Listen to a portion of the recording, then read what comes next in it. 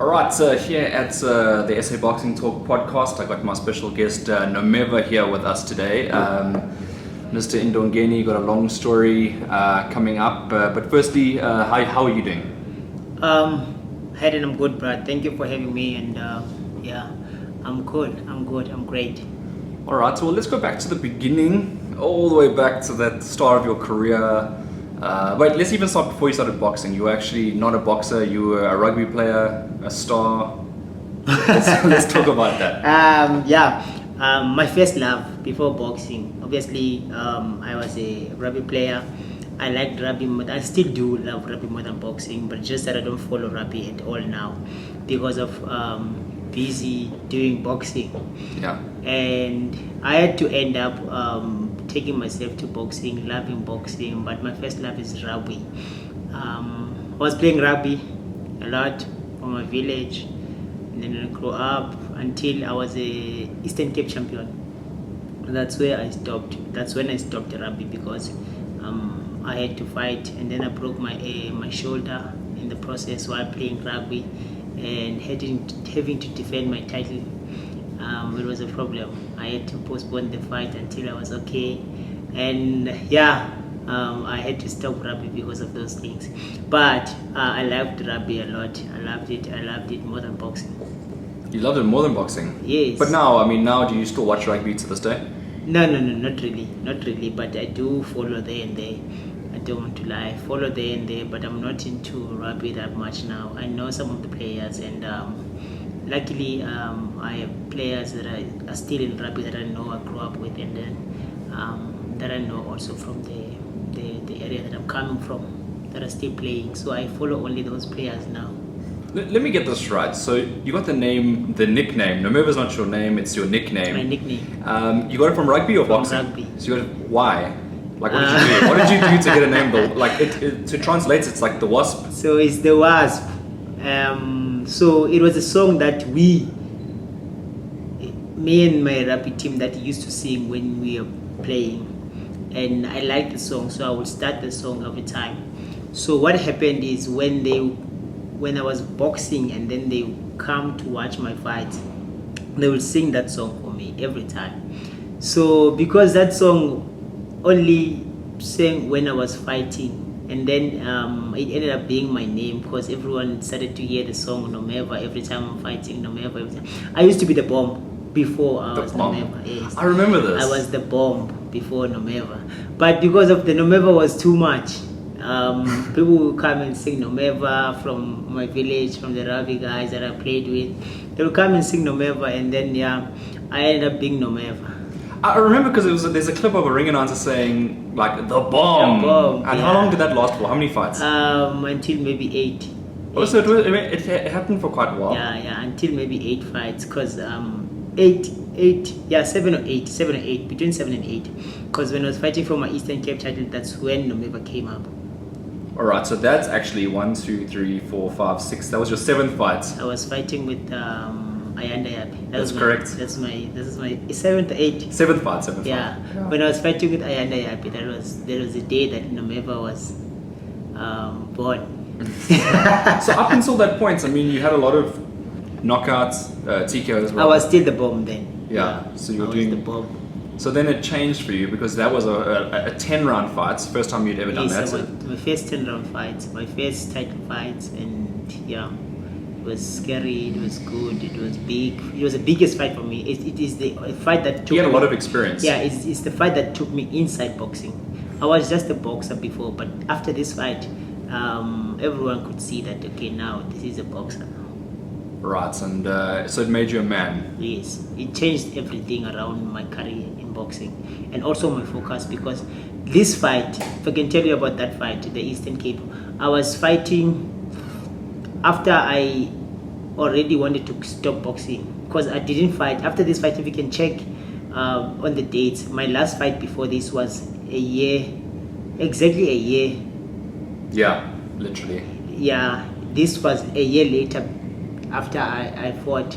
So I was like, I'm not fighting, I'm not getting fights. And then they called me 30 days before this fight, and we were fighting on the first. Was it on the 1st or the 30th? But it's somewhere there. The fight happened on the 1st. On the 1st. Yeah. And then the call was on the 1st of the previous last month. month, yeah. Previous month, yeah. So I was like, let me just go in and lose this fight and stop boxing. Yeah.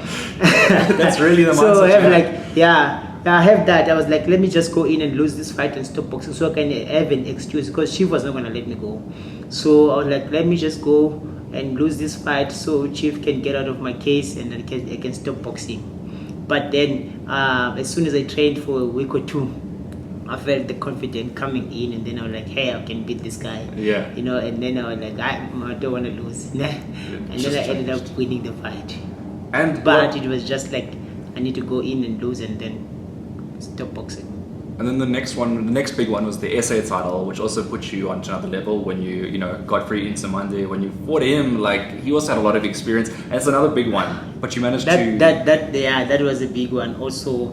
But at least I had already fought with Yapi, and I saw him fighting with Yapi before I fought with him. So I was scared of him. Yes, he was Nick Duran's boxer, late Nick Duran's boxer. Obviously, everyone had respected the guy, and we all knew that when you're fighting with boxers from Joburg, and especially from the Nick Duran stable, you are in for a good fight and a big fight. So it was just like that, and I was scared because the guy was bigger than me, way bigger than me. But because I was training with Chief, that one, yes, he just told me that, boy, you're not going to lose to this boxer. And I know one thing, they have too much power and they're big and they're strong, but with the way you're boxing, he won't beat you. Let's go and take the title. And then I went to do that. We just won. And then, after that is the controversial million rand competition. Maybe 2 years after that, because it was, I think, the first one was on 2012. You fought Grand Fourie. And then I fought Grand Fourie for the PBA. It was still nice. Yeah. And then I fought, I think after that, maybe 2 fights after that, or 1 fight after that, I fought Thompson Mokwana for another SA title. That's correct, yes. And then I defended that one once, if I can remember, with the guy that I knocked in round 5.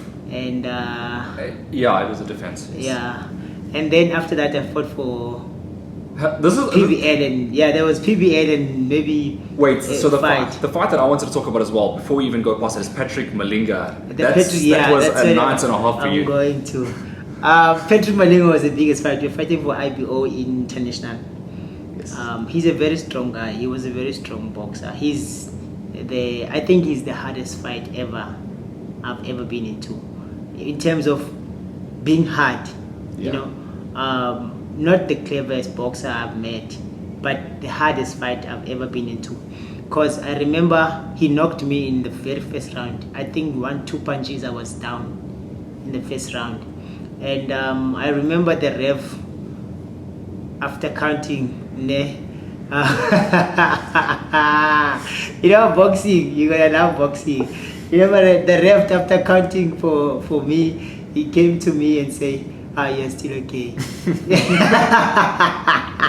I went to fight. The ref told me I'm still okay. Because I was like, hey, I'm out, I'm down. Like, it was fast. Yeah. I was not out like I got a big punch and then I was like dizzy or something. I just saw myself down.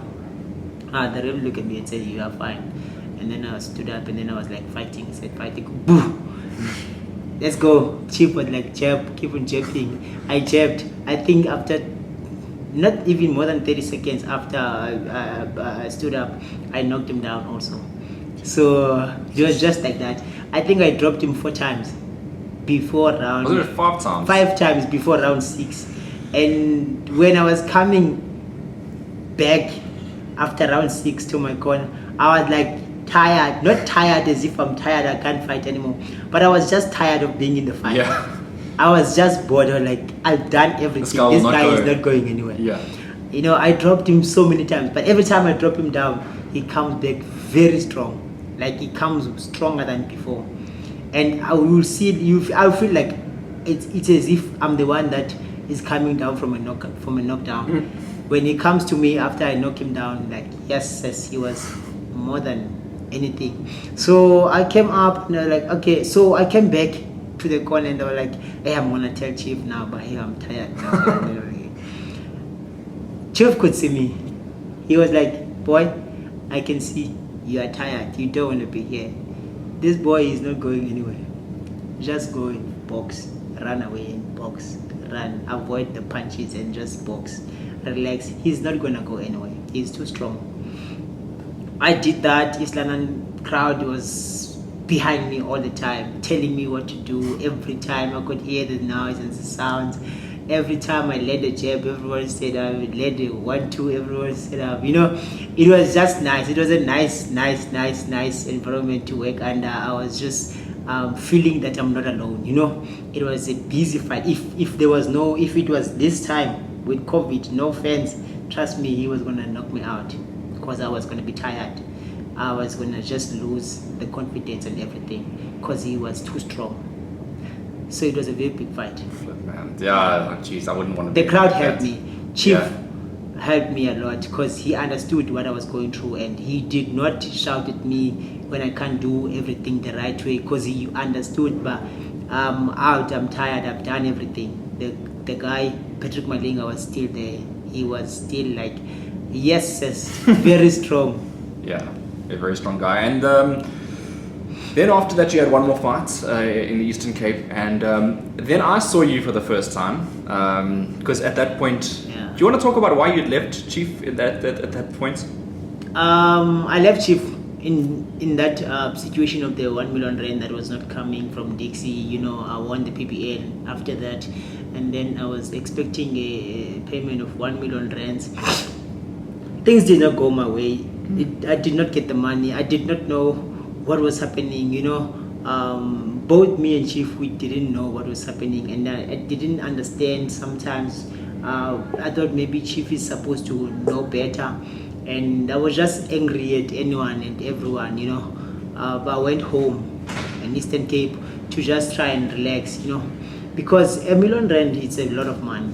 To just not get like that kind of money, and you fighting for a million rand and then no one pays you. It was like a lot. I was just angry at everyone around me.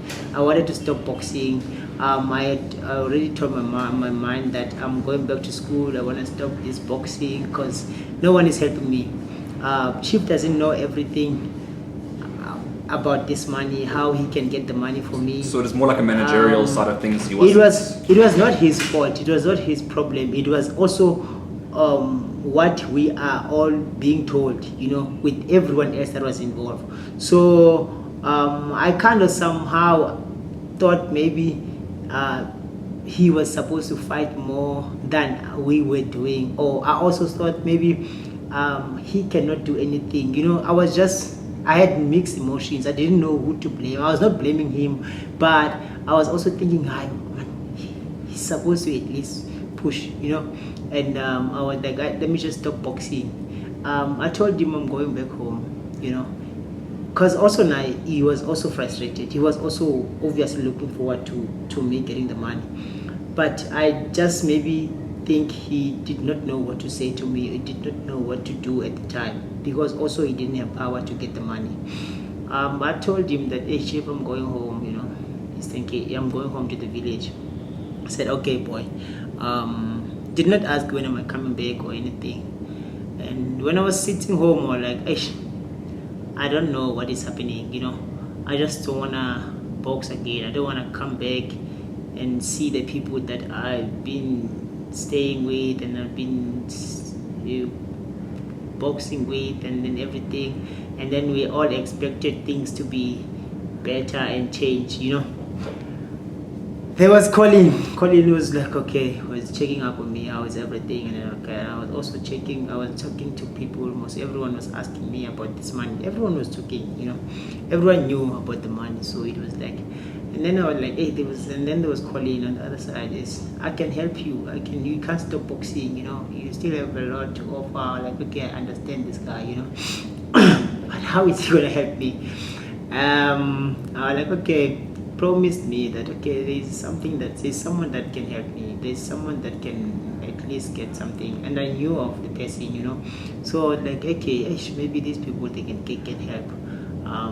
I need the money mostly, and also with him promising to get a fight soon for me, I'm like, oh wow, at least I'm gonna fight, and then I can get the money also. Then it's gonna make things better for me. I came to Joburg, to tell you the truth. When I was talking to Colin, I know the name. I don't know the name belongs to which face, when I was talking to Colin, in my mind, I had read. That's right. Yeah. Okay. I thought it was him. Colin was him. All right. When I got to the airport, boom, Colin. I know this guy. Oh, this is Colin. Okay, yeah. Fine. I know him also, but I don't think it was the one. I don't know if it was the one that I was talking to. Fine. And then okay, this is the actual Colin. Yeah. Fine. We got along. We were fine. But I never said anything to him. But when I was coming from Eastern Cape, in my mind, I was thinking that Colin is hurt. Oh, wow. That's the first time I've ever heard that story. I once told Shannon one day, but otherwise it's an old thing. We'll find Colin was happy. I met Vusi and Colin, one of the best guys. I don't want to lie, and it was not easy for me to be in Joburg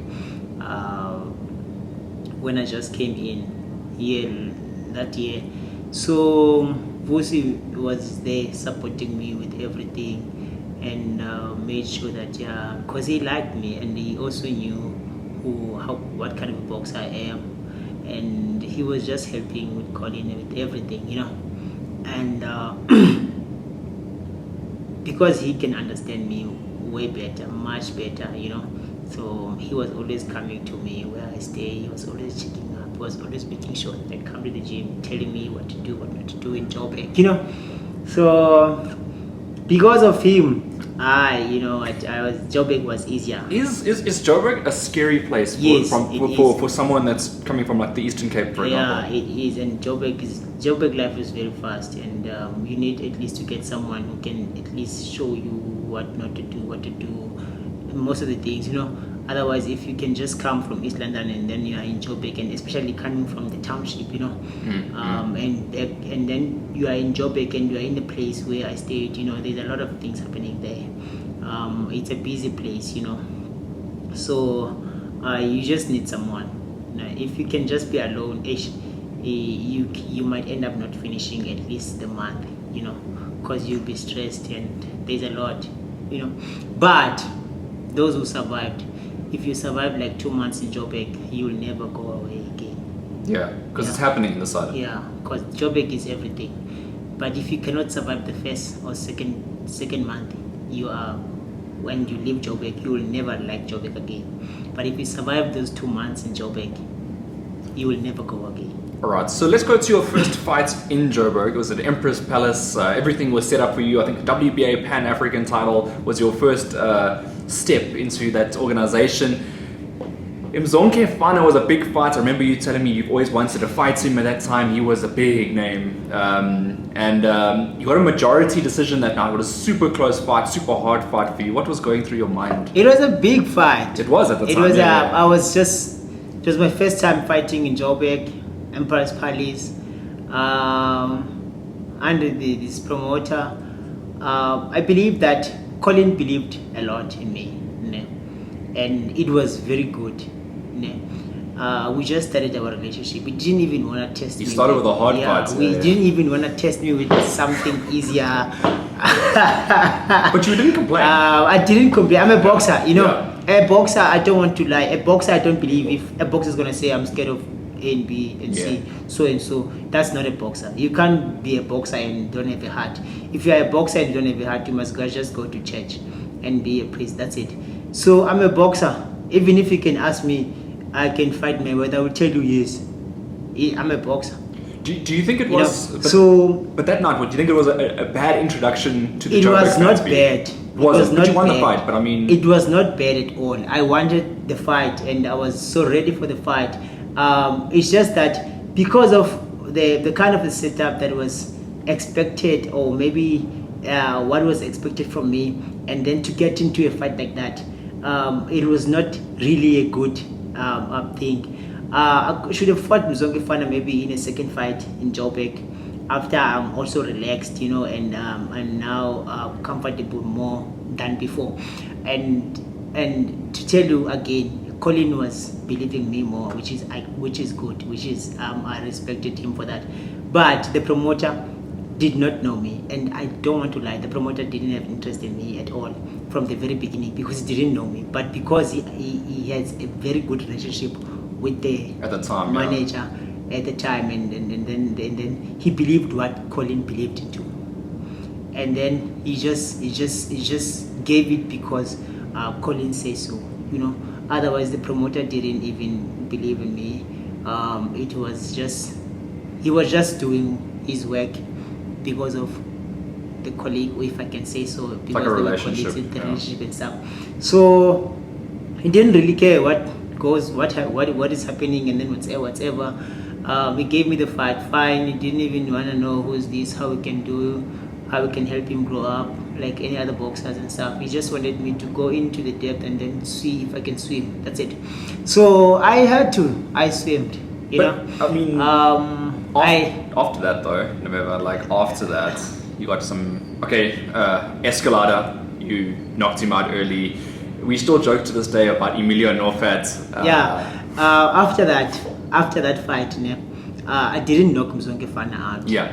The promoter was expecting me to knock Mzonke Fana. I was fighting at Emperor's Palace, so you know who's the promoter. He was expecting me to knock Mzonke Fana out, and boxing is not like that. I don't want to lie. It's also not your style. The most important thing I believed in boxing is to get a win, and that's the most important thing. Whether the win comes which way, by knockout or what. But I remember the promoter was promised that I can knock Mzonke Fana out. Yes, I could have knocked him out, but Mzonke Fana is a very experienced boxer. But he was up for that night as well. He was very ready for the fight, and I still, when I was fighting him, I was like, I'm gonna knock him out in round 6. Mm-hmm. I relaxed too much in the first 4-5 rounds. By the time I think I want to up my pace, Zonge was fresh and he was in form. He was just fighting. He was just like, yeah, boy, come, let's do this. And I couldn't do what I wanted to do. So one of the best jabs going I ended up being the one under pressure, trying to win and making sure that I'm winning the fight. So it was not easy as I thought it was. But the promoter was expecting a knockout from me. That's it. That's what I know. And it didn't happen like that. And then that ended up making me not fighting again in the promotions. Correct. Bills again, because I could not Mzonke Fana out. Because even though you were with Colin, you still had to fight in the Eastern Cape. I still had to fight in the Eastern Cape because there was this promotion, Situta promotions. Yeah. Obviously, Situta liked me and he believed that I can be a good fighter. So he would come and take me here in Joburg and give me fights in East London. He made me an IBO world champion. The Escalada, he was bringing me back in East London. Yeah. The Milano fight, he was making me active. And then again, he gave me a Jasper Seroka. I remember that because you got.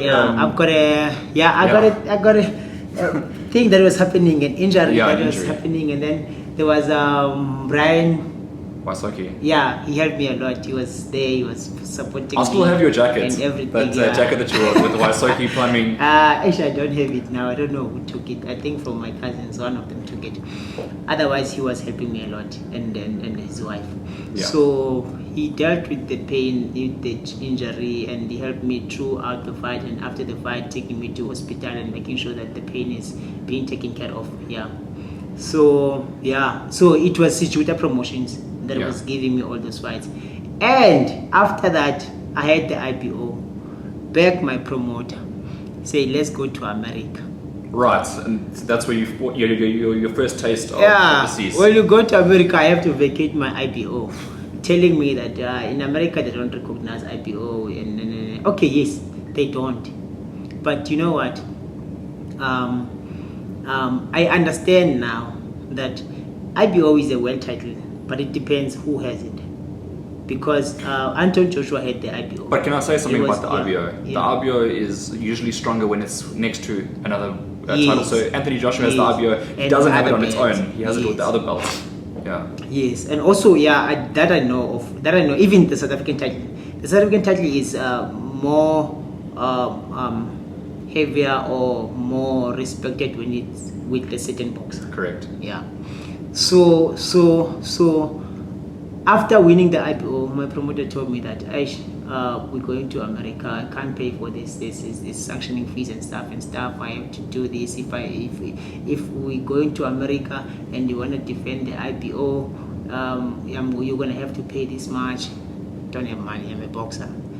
And unless we vacate it and then I give you this much, that was the better thing for me at the time to do. Because But that stage you wanted to go fight in America. I wanted to you wanted to fight the best in the world. I wanted to fight in America, yes. And that was like I was thinking, but this is a great opportunity and this is big. And if they saying it like this, and then the contracts with here that after this fight we're getting A and B and C, no. But Must go and fight. you were highly rated in the WBA as well, Yes. so there were those opportunities that came up. I remember in conversation, we're talking about fighting Ishmael Barroso. There was also, I think, there was another guy from Colombia as There well. was also Raimondo Beltran. Yes, all those names. Yeah. So everything was promising. Everything was good. I went to America to fight. I was fighting in California, and Yeah. I don't know what was happening, but I went with Colin and Vusi. We met a guy there that I was fighting. Let's pull up his record. He was training with a good trainer as well. At the time. Something Mendez. What is his name? Oh, his name. Yeah. His name Garcia Mendez. Yeah. Jean Garcia Mendez. Ryan Garcia Mendez. Yeah.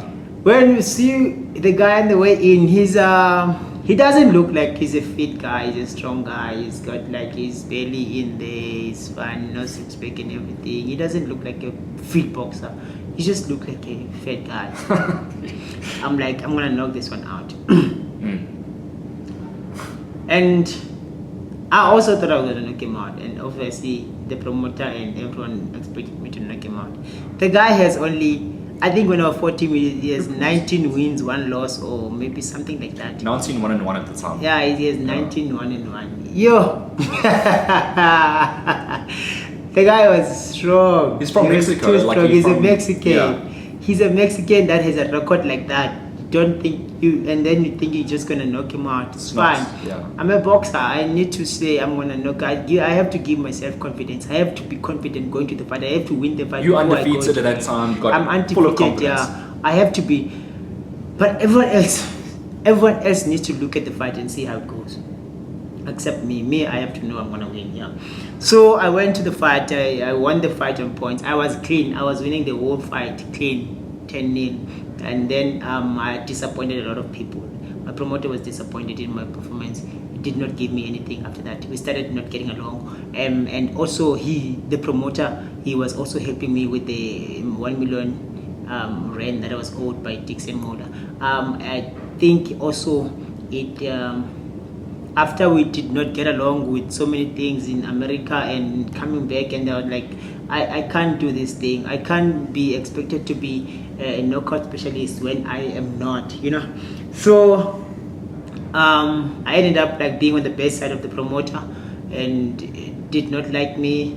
I understood, and I was fine. I was like, it's fine. I don't need to be in this thing, because at the end of the day, this is boxing. Boxing can change anytime. It takes a minute to change everything. I won the fight clean on points. I won it 10-0. Quite far, yeah. I could have been knocked out, and that was going to be worse. But I came back with the win. But still, the promoter didn't like it. I remember that fight. It was a come forward fighter. He was in your face all He the time. was coming for.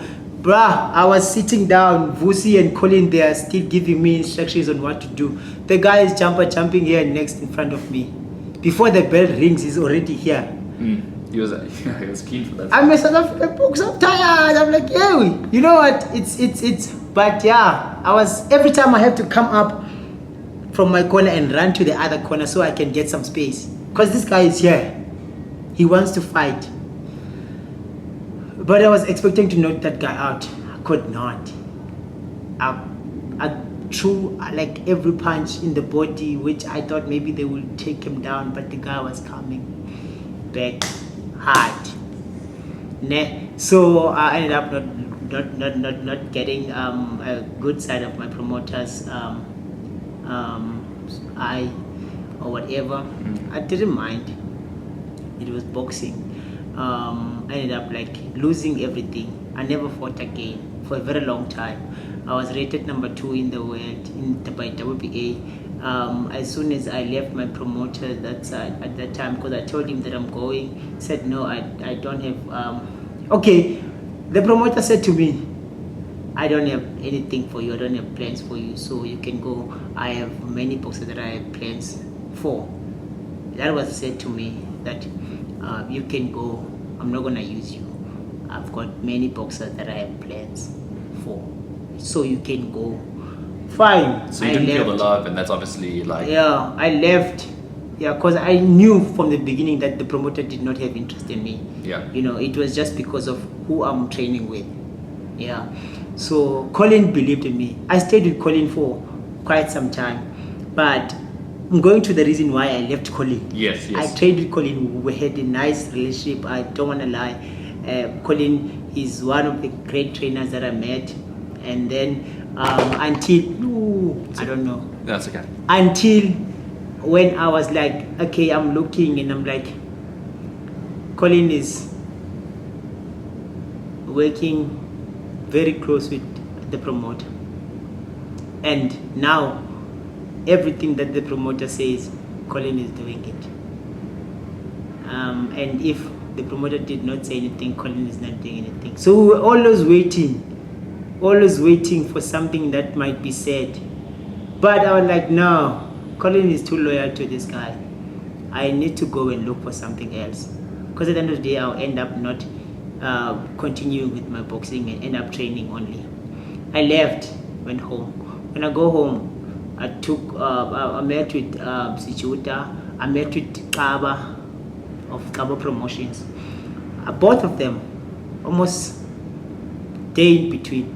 I said, before I left Joburg, I called Kaba Promotions. I was like, I'm coming back home. If you have something, I would like to be part of whatever you have. Who were you going to train with at that time? I didn't know. Oh, okay. I didn't even mind it. And then I went to... Could you have taken Mickey Mouse in your corner at that stage? Ooh. Mickey Mouse, the cartoon character. Nah, no. No, but I was going to take anyone. But when I was going home, it was other... Because at the end of the day, at the time, we were still not in good terms with Chief. Right. Because Chief was also angry with the fact that I left. And I understand and I believe that it was fine. Because at the end of the day, I didn't go to him and say, Chief, I'm leaving you. I just ran away. It was not easy for me to just go to Chief and stay in front of him and say, Chief, I'm going. You felt like you ended on bad terms. So I felt like also he's fine to be angry at me, you know. So I didn't even blame him in any way. And then like when I was going back, it was either I'm gonna go talk to him again or maybe talk to someone who can train me. I didn't mind. And the Ace had already have plans. If I can train with so and so if I'm there, train with so and so if I'm there. I talked to Kaba and then Kaba said, no, okay, come down, we can meet when we're here. Okay, fine. And then the Ace, the other day, I don't know what was happening, but I went to East London and then I met with him, said we were fine, it was good. I don't know whether he had a fight and then he booked me a flight to go or I booked a flight to go. I don't know. Oh, I was driving. And then I went to East London, fine. It's a long drive. It's a long drive, but it's home. Yes. So it's fine. So I met with Kab on the night, I remember. He said to me, his promotion is a family business. So he needs to approach his family and ask if is it possible for them to allow me to fight in their fights. And I'm an old boxer. They focusing on the young stars. At the time there was Siqibo in the promotion. He mentioned that they are looking at the young stars, the likes of Siqibo. Yeah, and I don't remember who else. The other people were there. Yeah. So I was shocked, I'm a boxer, I'm fighting and don't even have a loss, And the promoter is telling me that I'm old, but I'm old. But if you There's went on to nothing I can box rec at change, the time, you were one of the I was top one of five the top boxers. boxers in South Africa then. Yeah, but the promoter said to me I'm old for his promotion. Ne? How old were you then? I was 25, 20. That's old. I was 26, 27, somewhere there. Okay, so I was 27. I was 27. That's like Yeah. like even before the prime of your career. I was 27. The promoter said I'm too old for their promotion. They are focusing on the youngsters. That's our promotions, And the promoter that I'm talking about here in Joburg that didn't care about me, it's Golden Gloves promotions. Yeah. So I don't want to be making people guess who I'm talking about. Ne? Yeah. So Golden Gloves, they didn't have interest in me. They just wanted me to knock people out. And you know what? I've seen it in line happening.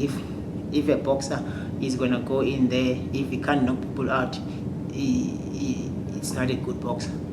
You know what happened to the boxer that was supposed to fight me after he knocked other people out?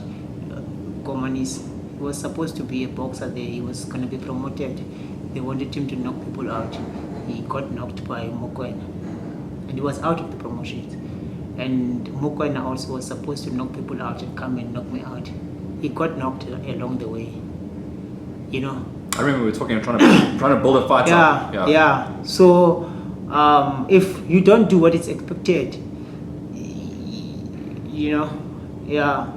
and then now recently the other guys are in the same line. Mackenzie just got KO'd. I don't know what is happening to him. Let's hope for the best. So, bruh, it's sad to watch boxing in South Africa and see what is happening. I don't want to lie. It's not a good example what is being said by so many people in boxing, and then we are struggling. We boxers are suffering. People are not helping at all. I wish someone is going to come and help this boxing, but at the moment it's hard. And then we were talking about which fight, and then we were talking about which fight. So I went back to East London after leaving Colin. Colin I left because he had a very good relationship with Ronnie Bement of Golden Gloves Promotions, and he was not gonna give me any other fight but the fights in Emperor's Palace. But I was not gonna get a fight because I was not the good boxer at the time for the promotion. You were not the golden goose of the promotion. Yes, yeah. So the promoter ended up saying to me, he doesn't have anything for me, I can leave. So I left.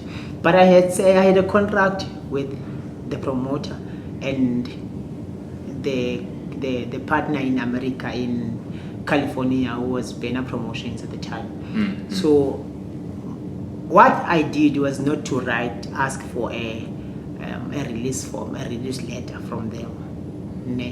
I just said, because at the end of the day, Nama was at the space where I'm like, they don't want me, I must go. And then I told them, and then the promoter said to me, no, fine, you can go. I'm not going to use you. I have so many boxes that I'm focusing on. Fine, I'm free to go.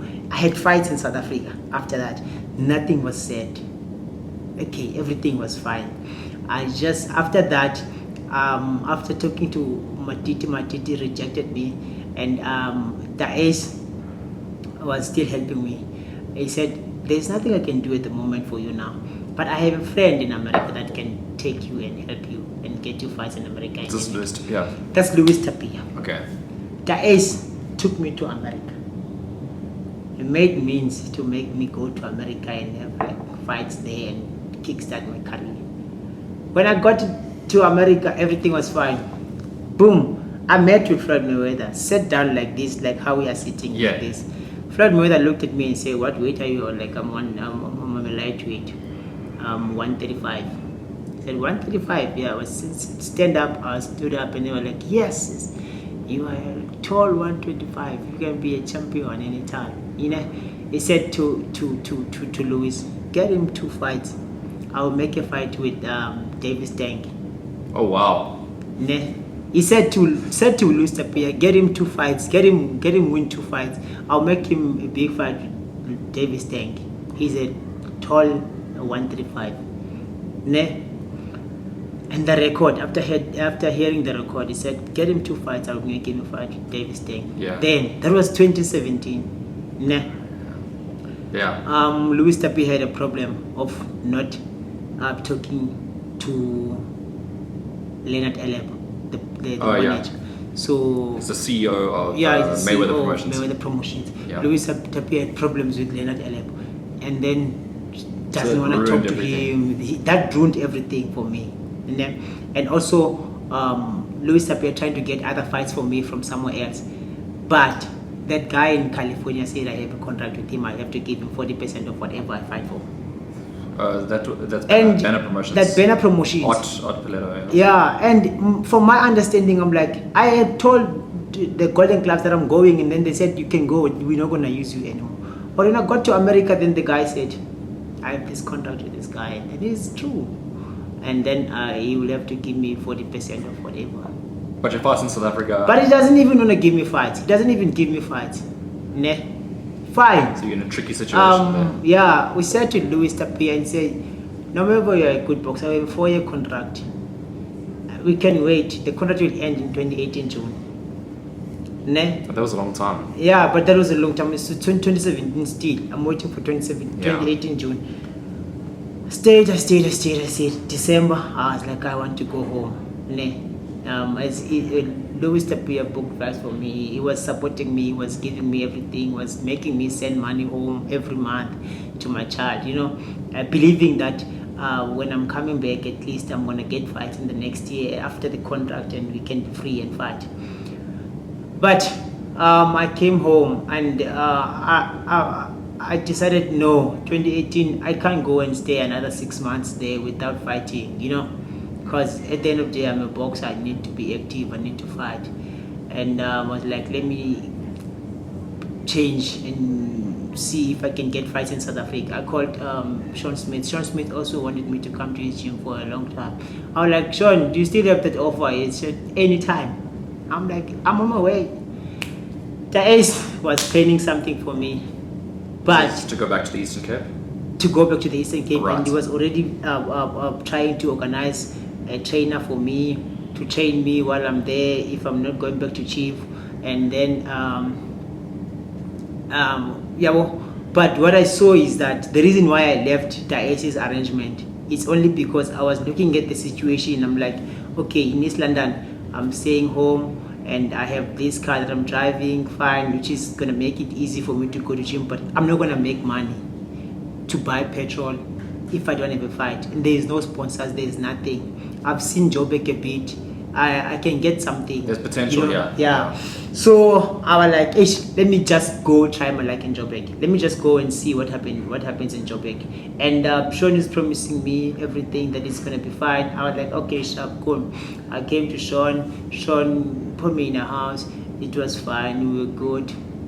And we went through our first fight. We were fine. Everything was good. I was staying with Tools, JJ, people that I know.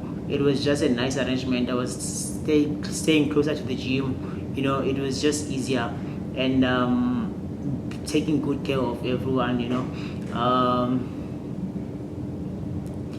Until I was like, okay, sharp. Now I'm fine, because the fact is that he's a very good trainer. He doesn't understand my boxing. He just also tries to work on his ways of how I should box and what I should do. It's not easy for me. I'm an old boxer. It's not easy. Like you for said me. in your style. Yeah.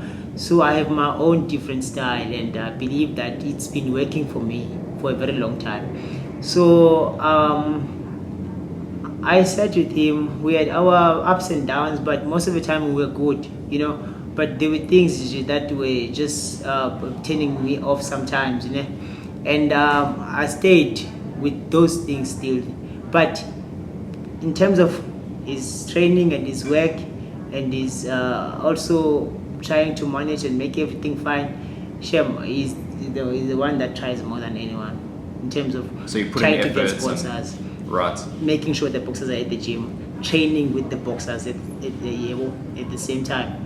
Like going, if we go run, Sean is going to be there. If we come and train, Sean is going to be here. If we go run, he wants to see everything. Oh, the reports. The reports and everything. So he just believes in fitness. He just believes in fitness. But because of I'm an old boxer that also know some of the things, and I'm like, I'm not really comfortable with some of the things that the ways of my training, you know. And I lost the fight. Wait, let's talk about that fight.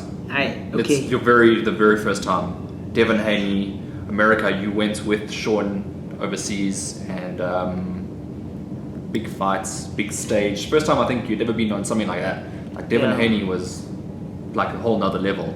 Good. You know what?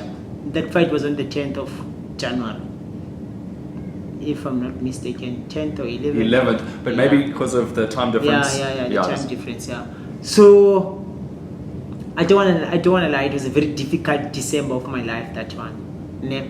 I was fighting in America. I was almost left alone in the gym, and Sbu was there at least. Every guy that went home for December holidays, it was just like that. Sean stayed with me. Sbu was there to help me for sparring, and it was only Sbu and Shannon who were there, and it was very hard. My grandfather passed away on the 17th or 18th of December somewhere, but it was his funeral was on the 22nd. And I didn't go to the funeral there at home. I remember I was sparring on the day of the funeral, and then after sparring I just cried, you know. I just cried because I believe I'm supposed to be somewhere, you know, but I couldn't. On the Christmas day I was busy cutting weight, training and everything. On the 2nd of January we were flying to America. Remember, it's a New Year's, people are having fun, it's nice and Joburg and everything is, you know. It's a happy time. Yes, but I was struggling. Yeah. But I trained, I was very fit for the fight. Went to America. We got so many challenges before the fight, and it was just a big fight for us. And I believe also for Sean working with me was a big fight, fighting Devin Haney against Floyd Mayweather Sr. and everything, you know. There was a lot of things going on at that time. Yeah, I knew the boy because I trained with him once or twice. Did you ever spar him? No. Okay, but I trained with him in the same gym, same time, you know. It was just like that. I knew, I was like, he's not dangerous for me at all. Yeah. I've seen him spar. I don't know if you've seen me spar. I think he was there when I was sparring one other day, and then I was sparring and he was there, and then he came and then he said to Floyd Mayweather's nephews that I can beat this guy. Oh, you heard that? Yes, I was busy sparring with a guy called Scumbox, something like that. Okay. Yeah. And then I had them arguing outside. Floyd Mayweather's nephews were telling him that this boy can beat you, you must just ask him for sparring, he can help you a lot, you know, because he's very good. And at the time, Devin Haney, I think he was 17 or something. You would have been a bit young. Yeah, he was young, and he was an up and coming. He was only fighting in Mexico. Right, because you can't legally box at 18 in America. Yeah. So they were telling him that, no boy, you are still very young. Jeez, at 17 he was like chirping you. Yeah, and they were telling him. And then the other time he wanted to spar me, I didn't want to spar with him because I was like, this boy is talking too much. It's just, we fight, not talk. I don't want to be. So you wanted to get into the ring with him at that stage as well? Yeah. Like do it for money and talking too much. Yeah, I did that to maybe 2 boxers there in America, because there was another one called Memphis. I just forgot his real name. He's a southpaw, Memphis, and he was sparring and he was thinking he's a lightweight also. He was thinking he's very good, you know, like, fuck, if you want to fight with me, let's make the fight, yeah. But because I couldn't fight, because of this, what was happening with my contracts and everything, with Banner Promotion, the Ronnie payment and Golden Gloves, I couldn't fight in America. Fine. I lost against Devin Haney. That's what we were going to. I lost the fight that I believe that I performed better, and I tried a lot. I tried as much as I could, and the boy was just too good on the day. He won the fight, and I gave it to him, and then after that he was a WBC champion. But I believe that my fight against him, I think he never met someone like me before and after my fight until he fought with George Linares. Yeah, that's a huge fight. Yeah. So after he fought you, he fought a bunch of undefeated guys that are not really known. Then he fought Eureka's Gamboa, but Gamboa was very finished at that stage. And then he fought Linares, and he got rocked somewhere there in that fight. It was a good fight. I still believe that he's a very good fighter. He's not that experienced. He didn't know when he caught me. He didn't even realize that he was supposed to finish me in round 3, because I think I broke my rib in the fight in round 3 or something, because there was something that was keeping me not to breathe properly in that round. You had a good first round. After the knockdown, I got a good first round. The second round, I was just off balance, and then he took me with the knockdown. Yeah, it was not a punch. I was not even out. I came back in the fight. And then the round 3, I think he caught me with a very big punch in the body. And that punch, I felt it. But because the boy is not experienced, did not even see, I went straight to him, because if he could have come to me, I was not going to finish the round. I was thinking of taking a knock and a count. Yeah. But in my mind, I was like, if he can see that he hit me, he's going to come and finish me. So I was like, let me just go to him and we'll just fight. Trust me, I did not even see. Ne? Also, my corner did not even see that I was hurt. Till today, ne? I was hurt. I wanted to take a knockdown. I wanted to take a count, but I was like, no.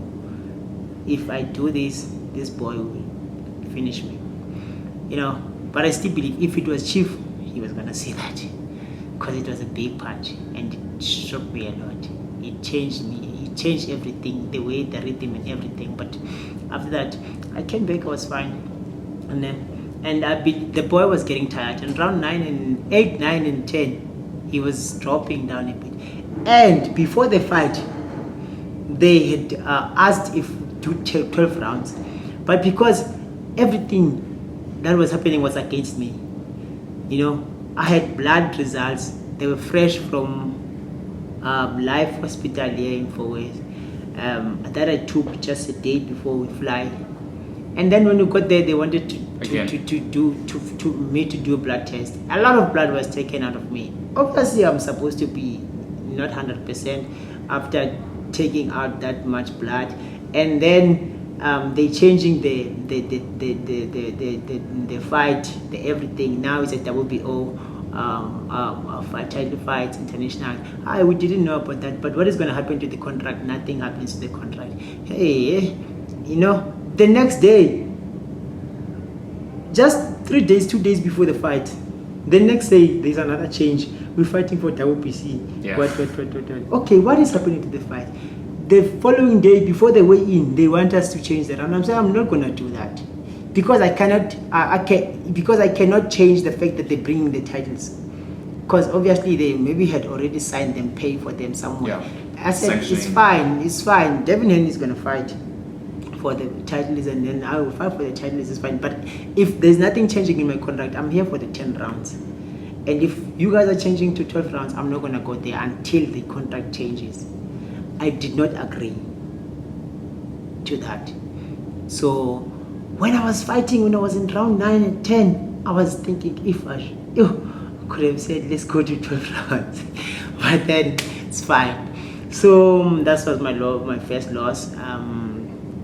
I took it. Sean did everything to try and make me fit. I was fit. I was ready for the fight. I just lost the fight, and coming back, I got another fight. I remember. I don't know. You fought a guy from. Let me actually check his Rajab. Yeah. He was. You stopped him in the 6th round. He's from Tanzania. Yeah.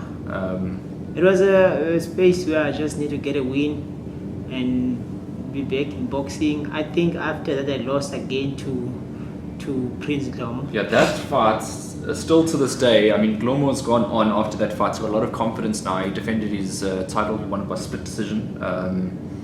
So he's gone on and made something of his career as well. But we had a nice, interesting pre-fight. So you said that you'd retire if you ever lost to someone like Prince. It's a good thing. I gave him a lot of confidence. He won against me. It's a big fight. It was a big fight for him. He doesn't. He beat Tiger, yeah. He doesn't even. He won't get another big fight like that anytime soon. Because winning against Nomeva, yeah, that was the biggest fight for him. That was the biggest win of till today. So I believe that I won't lose to Prince Dom. I still do. Well, now you're naturally super lightweight now. Yeah, I believe that I won't lose to Prince Dom. I still do believe he's not a good boxer. I don't want to lie. I'm sorry for saying this. He's not a good boxer. He's not better than me in terms of boxing. I can beat him anytime if I want to. I don't want to lie. I'm not ready to fight him anytime soon. I just don't want to be dirty, if I'm ready to go play it, I will call him. But at the moment in time, I just want to enjoy my boxing and just be free. Don't mind getting into dirty fights that I don't need to. I did go to them before because I didn't know it was going to be just like that. So now I know what kind of person is he. I don't want to fight him. He can enjoy his wins and have a good time. But when I decided to go date, I will call him, and I can be date. It's nothing. There's nothing stopping me. So I can still beat him. I'm still better than him. I'm still clever than him. And trust me, the only thing that I know is that even if he's a South African champion, when we get into the ring and when we get into the checks that are being paid to both of us, I still get the better one. For sure. A-team, they call it. Yeah. Who's on the A-team? So if I make him fight me again, I'll be making him famous. I don't want to make him famous. It's fine. He can beat whoever he's beating. Now he's going to be known because he's fighting with Nomeva for the second time. Hey, let him go and fight whoever there. One day, if I'm tired, I will. And then after that fight, I decided to talk to my promoter. Okay, guys, I lost to a boxer that I was not supposed to lose to, and I don't like that loss. I don't regret taking the fight. I am just not happy with the fact that I lost to the guy, and for the fact that I know that I'm better than him, the fact that I know I'm a good boxer than him, Yeah. So it just doesn't sit well with me.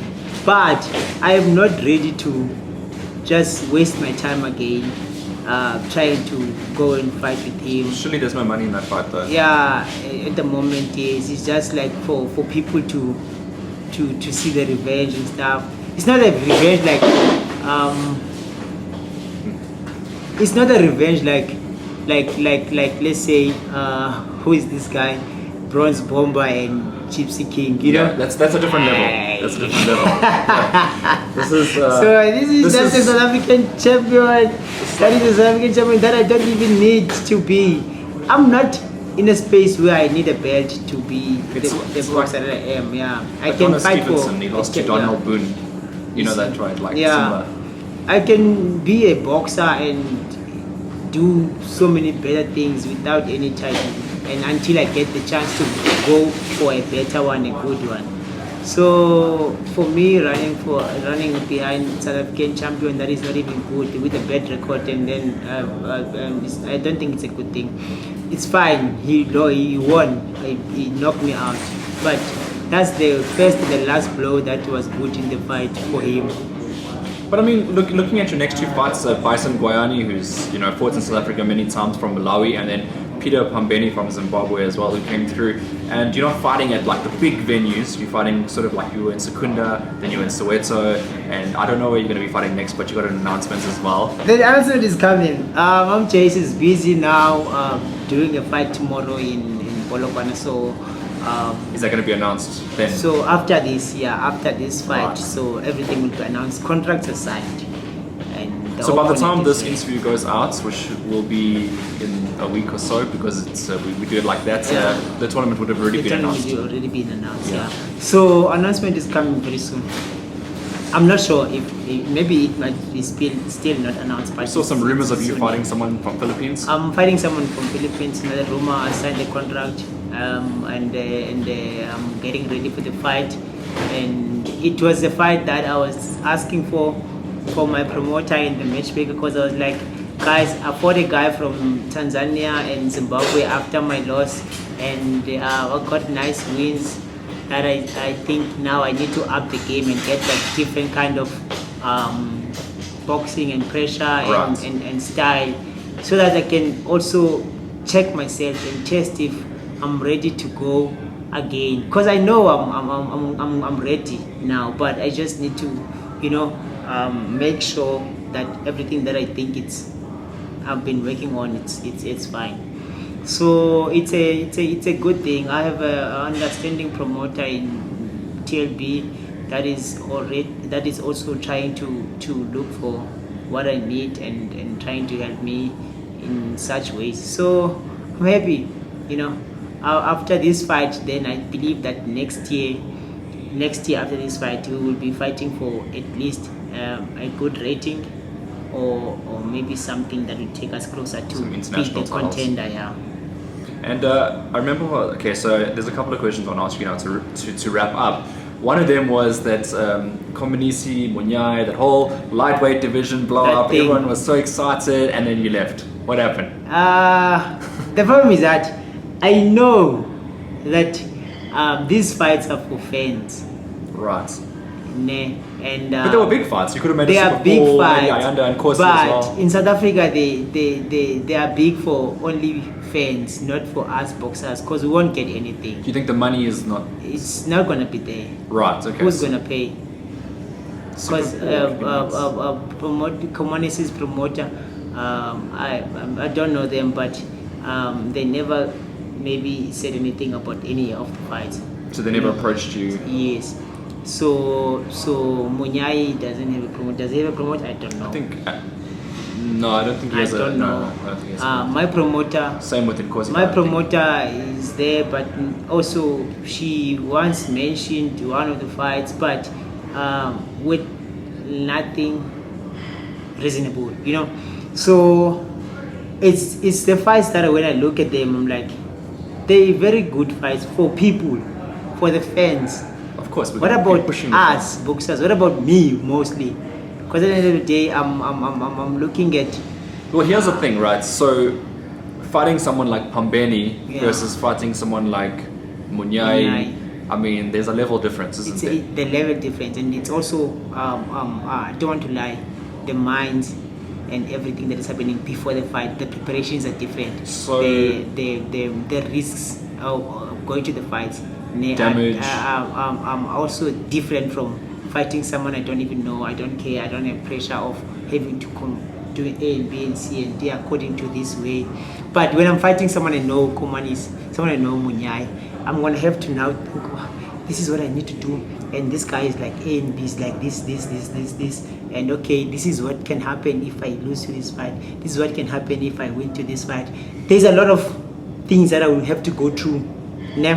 And I also believe that also they will have their own things that they are doing, and that will make it a very big fight, because on the day both of us will come knowing and understanding that no one wants to lose to this opponent. A lot of ego. So, and also the people, the fans, South African boxing people, A lot of talk. they also talk so many things. You need to be able to deal with the people that will hate you for the fight, the people that will like you for the fight, the people who will tell you things for the fight, the people that will support you for the fight. It's going to be like different Yeah, things. because also all of you are from different areas. We are from different areas.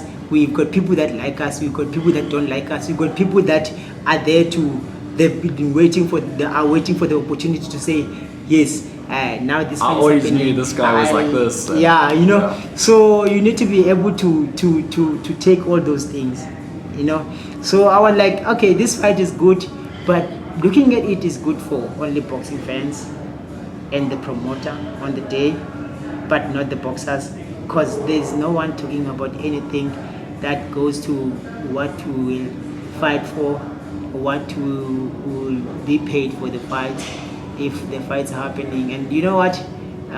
It's not motivating to us as individual boxers. Okay. So let's put it this way. So now that you've left the division, I just want to get a call. I don't want you to go into detail. Yeah. Just tell me, out of the 3 guys that I mentioned, who is the best boxer in your opinion?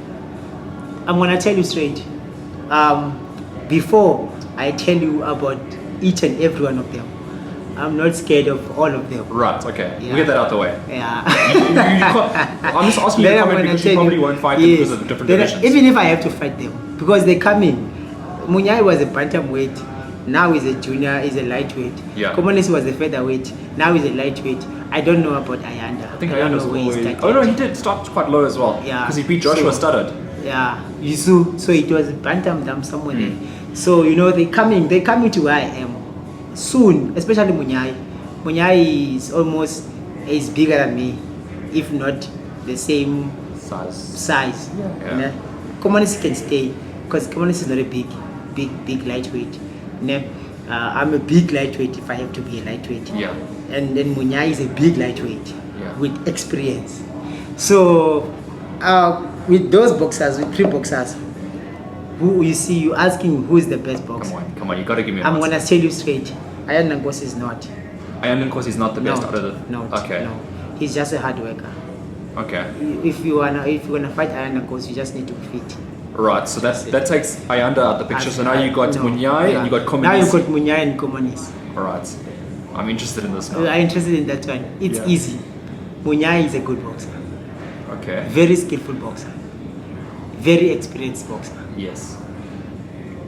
He's the good boxer. He's the best. So he would have been the hardest fight for you at lightweight? Yes. Okay. Komanesi is a very hard punching boxer and also a very hard worker. He is good. He is good. But if you want the number one, if I have to put them in line, it's Munyai, Komanesi, and Ayanda. Yeah. Just like that. Simple. And I respect all of them. But if you want me to say it like it is, it's Munyai, it's Komanesi, it's Ngosi. And if you were in the lightweight division? But because boxing makes fights. Right. Because styles, you mean? Styles makes fights. Styles makes fights. I can beat, let's say, Munyai easily and struggle with Komanesi. Because of the style? Or Ngosi because of the style. As an example? Yeah. Okay. So I don't say from them. You're just talking about boxing ability. But boxing, when I'm looking at boxing on the outside, right? Yeah, not them in the ring. But if I can, if I'm not saying Komanesi can lose to Spider, or Ayanda Ngosi can lose to Spider, or Spider can beat all of them. Yeah, no, it's not about that. It's just about what you see on boxing ability. If we are just being straight and honest, and being honest, Munyai's got better boxing skills. Okay. Yeah. That's what I wanted to hear. I just wanted to hear basically that opinion from you, because it doesn't look like you guys will be matching up in the future unless one of them steps up another division, because they're gonna keep chasing. They will come. They will come. I'm still gonna fight with Munyai. As long as he's still in boxing. You are 31 years of age now? I'm 31 years, yes. Okay, so you've got how I'm many sure more years he's left? If he's older than me, he's maybe 2-3 years older than me. It's not bad. How many years do you have left in the sport? What age would you like to? 4 years left. At 35 you want to call it a day? Yes. Okay, so in that time you obviously want to become a world champion? Yes. Again. But I just wish, one of the major sanctioning organizations. Yeah, just one of the major ones.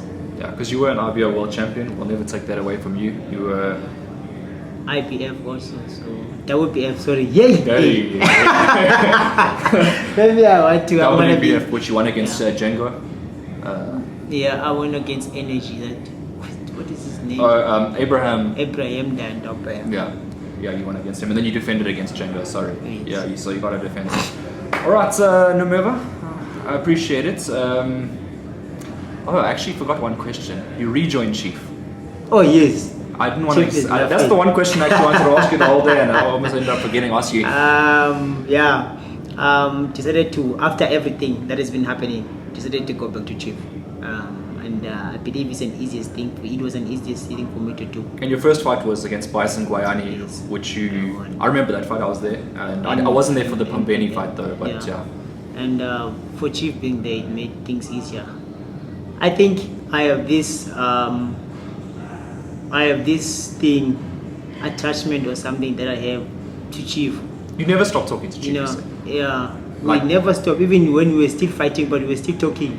Yeah. Yeah, I remember sometime asking him why is he talking something on papers about me like that. You know, he said to me, just didn't want to respond to me for a long time, and then the day when he responded, he said, "Hey, you know people that are writing papers. You know, even if I said something, but if you believe that I said it like that, it's fine. It's your problem." So we were still fighting, but we were talking. But that's the thing Yeah. about the newspapers is Yeah. that like they can take your quotes and take it out of context. Whereas like here, A lot when of we are times. filming, I A lot mean, of times, you yeah. can't exactly make this up. You see what you see. Yes, a lot of times they do that. So ended up sometimes, you know, when you I was, as much as I was aware that Chief is angry at me, and also I knew what I've done, you know, and I knew what I've caused in his boxing and in him as a person. So I still had some things that I'm like, but Chief cannot do this to me. But Chief cannot say this to me. Because there was a time when he wanted me to fight his boxers. Like he was training Vula, and he wanted me to fight Vula. Like, you know, but I was like, Chief, why? You know, why? Because I You don't actually, understand. You know, you're friends with him, aren't you? oh, not really, Not but friends, but you were supporting him when he was I was fighting supporting Munya. him when he was fighting because he was training with Chief. Okay. Yeah. Otherwise, other than that, I know him just in the township as a young boy and as a very good boxer. And your cousins But- boxed with Chief still? Yes. Or your cousin, I think one cousin, right? Who else? No, now it's Tawe stopped boxing. Apiwa stopped because of a car accident also. So now there's no one fighting. Beginning also. But at the time there was. yeah, they were like my family. They are Yeah. 3 guys that were family in the gym. Okay. So, so it was also that. Because they can never stop being my family. And Right. Chief also is my family. With the fights that we had, with everything, I just, you know, I took him as my father for a very long time, you know. So I could still like think and say, but why would Chief do this? And I would confront him, even like sending him a message, like, why are you talking like this about me? You know. Sometimes I would forget that okay, he's supposed to do it because obviously of the situation and stuff. But I didn't understand that he can really be that angry and mean to me sometimes, you know. But now it's almost over now. It's over. We are fine. We are in the good side. And he wanted me to fight his boxers. And I was like, Chief, why? And I was like, I'll never do that. Is it Not because out of of principle? I'm scared with boxers. No. I still respect Chief. I still love Chief. I still loved Chief with the fights that we had, with the misunderstandings that we had. But I was like, as much as I don't want to go be on the other bad side again. I don't want to be on the bad side again after everything that we had gone through. So I left him. That was not fine. That was not good. We had that what he had. And then again, I'm gonna fight his boxer. I was like, no, I cannot do that. It's already enough. You know? And also me coming back, I was like, okay, I see people. Chief, after me, Azinga left. People were laughing. Did people associate Azinga's move with you? Yes, Okay. a lot of times. And They said that you orchestrated the move. oh no. No. Okay. Unless maybe they were They that think maybe did you're not trying come to out. follow your example. Yeah. But they knew did not follow me. I didn't even know, and I was not even in too much of what was happening in Azinga's things. Well, also Azinga and I was Ulana just left supporting him and same time. when he's fighting and stuff. I'm like that. I am not. But into, you've always rated Azinga as well. yeah, I'm not into people's life like deep. I follow the boxing that we do together. I support someone when he's doing the boxing, and even my friends. I'm friends with you when we are working together. If we are done, I'm done. I'm out of the relationship. If we stop doing what we were doing together, if we stopped being in the same position that we were, that made us being friends, I'm out also. So after leaving East London, and then Azingas were still young and stuff. When they grew up and started being boxers and then big names, we were not in too much contact with each other. Like, we were not talking. Like, your lives had basically gone the other way. Guys, are you fine? Good. Everything is fine. Sharp. That's it. About what's happening, what's going on, who said what to who, I did not enter. So when you left Joburg, I was surprised. I was like, hey, and then I was like, okay, sharp. And I believe that Chief, because he didn't say anything, I did not, and I don't think he thought I took Azinga to East London. And even if he was gonna think about that, but I was already at Smith, so I was not gonna take Azinga to Colin when I left Colin. So right, it was just clean. It was just clean. That is something that happened from that side, East London. And another thing, just going on the Chief Azinga, the you story. I did an interview with you when you had joined Chief. Yeah. And it was about maybe a day or two after that Azinga joined. Yeah. Were there already talks in place at that stage for Azinga to come back to Chief, or was it a result of you coming to Chief? I think they were already talking, but me coming back to Chief just sealed the deal for Azinga also to just be confirm whatever that was happening, because they were already talking before. And I kind of knew that Azinga is going to come back, but now I had already made my decision that I'm coming back for a long time. But Azinga moved back to the Eastern Cape and you stayed in Joburg. Yes. That was the difference. Yeah. So I was already back, because I remember when you were interviewing me, and then I was like, okay, I'm back with Chief and stuff. And then 2 days after, there was Azinga. Correct. And I knew that Azinga was going to be announced very soon, and the thing was already like in the pipeline, was already happening. Everything was already like so I think me going back to Chief also, it made Azinga also to be very comfortable going back, so decide and finish everything. So it was just like a good thing for me, because at the end of the day I liked the boy a lot, and I believe that him and Chief, they are a good team. Okay. So I didn't even think twice to support the decision. And you think you'll become a world champion in this next fight? I think he will. Against Agala? He will. I think he's a very special boxer. That we cannot take away from him. Regardless of what is happening, we cannot take away that he's a very special boxer and only needs to be fit. The boy, he was 12 years, if I'm not mistaken. I was sparring with him, preparing for Conference Amanda. 12 years old. Trust me, that's how good he was. Sparring partner. I was fighting Conference Amanda, sparring with Azinga only. 12 years old. He was 12 years old when you. I was sparring. I was. And he was fighting. competitive. When I was fighting, I was sparring with him. He was competitive. He was very good. Azinga is way clever than me in boxing. I don't want to lie. I cannot be beating around the bush saying that that boy is way clever. He's too clever. He was competitive. He was giving me a hell of sparring. All my fights, when I was fighting, who is this guy? Conference Amanda, I was sparring with Azinga. When I was fighting with that guy that I was, Patrick Malinga, was sparring with Azinga. Yeah. Maybe it was a year or 2 years older than that. Thompson Mukwana as well? Thompson Mukwana was sparring with Azinga. Gee, okay. So the boy was just a good boxer from a very young age. And when he was 12 years, he was my main sparring. That's crazy. Yeah. That's crazy. I didn't know that. So 12 years old. I would have thought maybe a bit later. No, he was just good. Long time ago, he was just good. From the age of 12, he was just a super amateur. And you only started boxing when later? I started boxing when I was 17. Yeah. Right, okay. So he's always had boxing. He started boxing at the age of 10 or something. Okay. Yeah. Also with Chief the entire time? Maybe he was not 12, maybe he was 13 or 14, somewhere there, but he was still very young. He was with Chief the whole time? Yeah. Okay, so he didn't train with anyone else?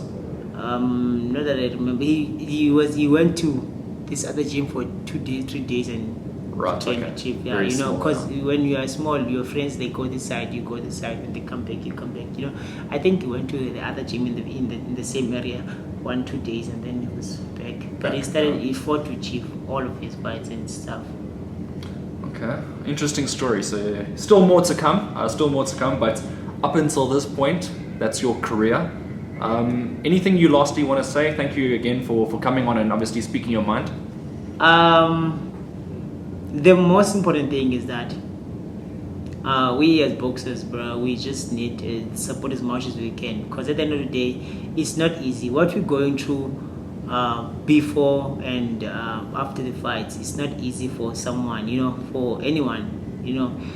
We need people to be free and be clear with us, and also help us free and willingly, because at the end of the day, the promoters and the managers that are working with us, sometimes they do their job, but sometimes it's not working for us most of the time, and it's only for mostly the promoters most of the time. I just want to say this: we need support. We are in a very dangerous sport, and it takes like a minute or second to for someone to lose everything in boxing.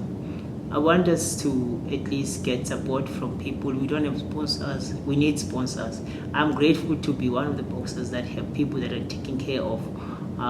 If I can mention, I have my sponsors, that is SASTEC, and they've been with me since 2017, with or without the fights, but they are supporting me. They are helping me with everything that I need. And I have Loiso consultants that also have been with me for 2 years now. So those people believe in me. You know, I have Well Sport Betting also that is helping me with some things there and there. So they are also my sponsor. I want to thank everyone. You know, I have people that are coming randomly. You know, the likes of Connie Ferguson that are helping us. You know, we want more people to try and invest in boxing. Boxing is a very good sport, but we need people that are willing to help, like freely and honestly. Because at the end of the day, many people, they are here to just make money and leave boxers without nothing, you know. And I don't want to lie. I will never celebrate a boxer that is a champion or of any title that doesn't have their own house, that doesn't drive their own cars, and say the promoters are working or the managers are working. It's not good. A promoter or a manager cannot be happy because boxers are staying in your house and you are saying you are doing well. No, I will never promote that. I will never clap hands for that. A promoter must promote a boxer to grow in life and in the ring, in boxing. But if you're saying you are a promoter and you are happy because you have all your boxers staying in your bedroom, that's not what it's supposed to be. It's supposed to make the boxers make money and live their life and be responsible and take care of their families, not to clean their houses and stay in the bedrooms and pay DSTVs for them and let them watch cartoons and think that's the better life.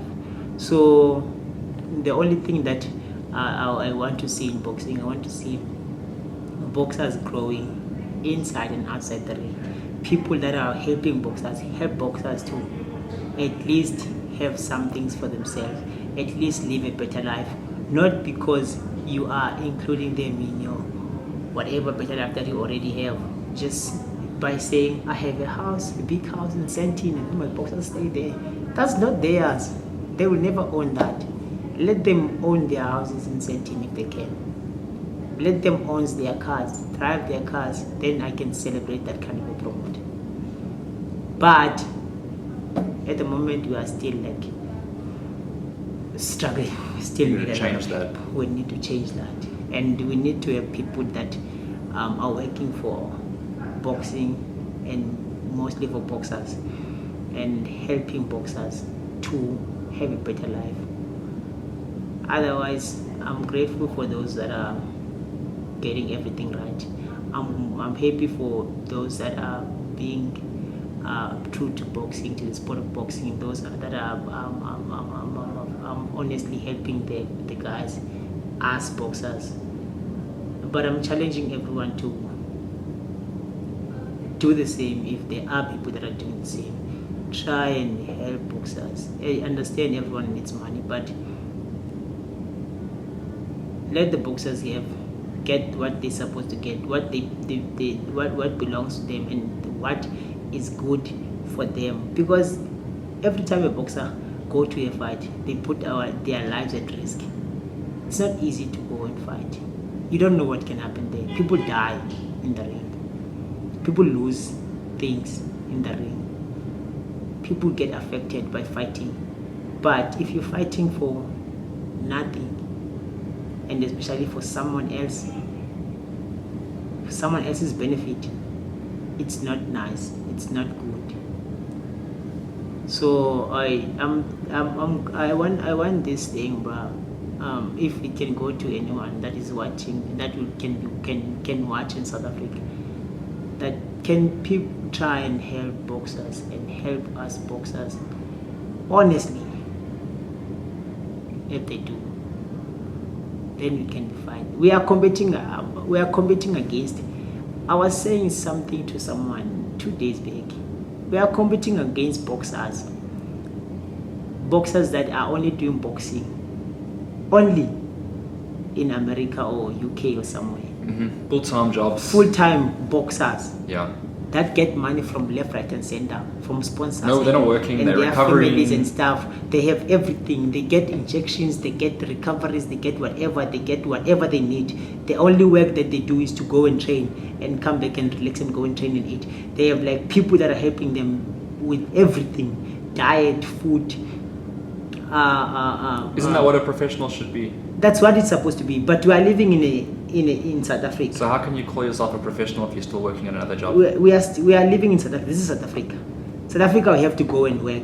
By the time you finish working, you have to go and train. You are tired. But you don't hear football players, rugby players doing that. They don't. Most of the football players, they only doing football. But that's what I'm saying. That's like, why it's hard to call yourself a professional. and amateur. Yes, that's why there's professional. You can never find a PSL player that is working at a restaurant and going play soccer on Wednesdays and Thursdays. But that's what professional means. It means that's your profession. Yes, but in South Africa, boxing cannot sustain you. Boxing alone, being a boxer alone, you cannot live.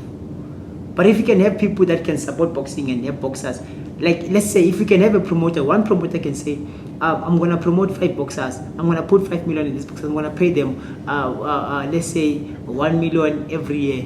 I'm going to pay this boxer 1 million, and then divide that 1 million for 12 months. Pay that boxer. Let them fight. You can just pay them, top up that money of monthly. Maybe if you afford to give him them 50,000 or 20,000, but if you're getting money every month, like a salary, you can train. If it's a salary, you can train. You can do everything. Can be a better boxer. But with what we are having now in South Africa, that we have to go and train, you have to go and work and go and train and go and work.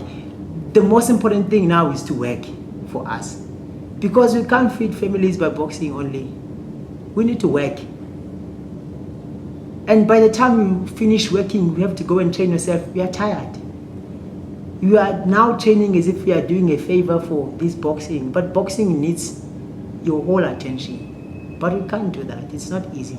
And then the South African fans that when you come and when you go and compete to other countries, and they tell you that you're gonna be knocked out and cold and come back with whatever,